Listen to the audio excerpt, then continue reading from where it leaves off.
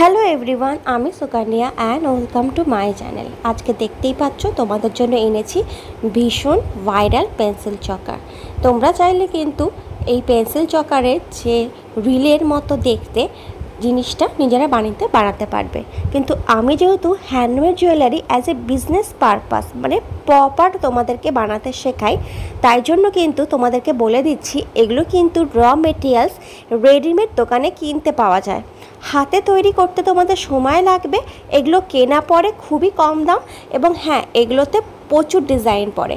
আমি তোমাদেরকে যেটা সামনে দেখিয়েছি সেটা হচ্ছে পুরো একটা সেম কালারের ওপর ডিফারেন্ট কালারের পেঁচানো সুতো, ঠিক আছে। এবং আমি সেখান থেকে একটা বেছে নিয়েছি, সেই কালারের সাথে ম্যাচিং করে আমি ডলি সুতো নিয়ে নিয়েছি এবং এই ডলি সুতোর মধ্যে কটন বল এবং ফাটা ঘুঙরু। আচ্ছা, এই ঘুঙরুগুলো একটু অন্যরকম, একটু দেখে নাও, সামনে ধরেছি।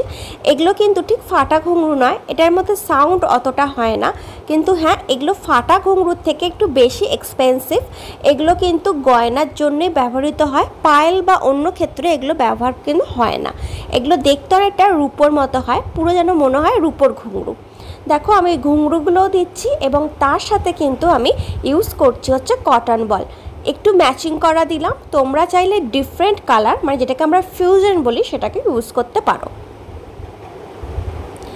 এর আগে শর্টসে কিন্তু আমি এই টাইপেরই তৈরি করে দেখিয়েছি, যেগুলো রেডিমেড ছিল না। আমি ওই কার্ডবোর্ড, মাউন্ট বোর্ড বা তোমার গয়না তৈরির যে আমরা বোর্ডগুলো হয় সেই বোর্ডে তোমাদেরকে আমি তৈরি করে দেখিয়েছি।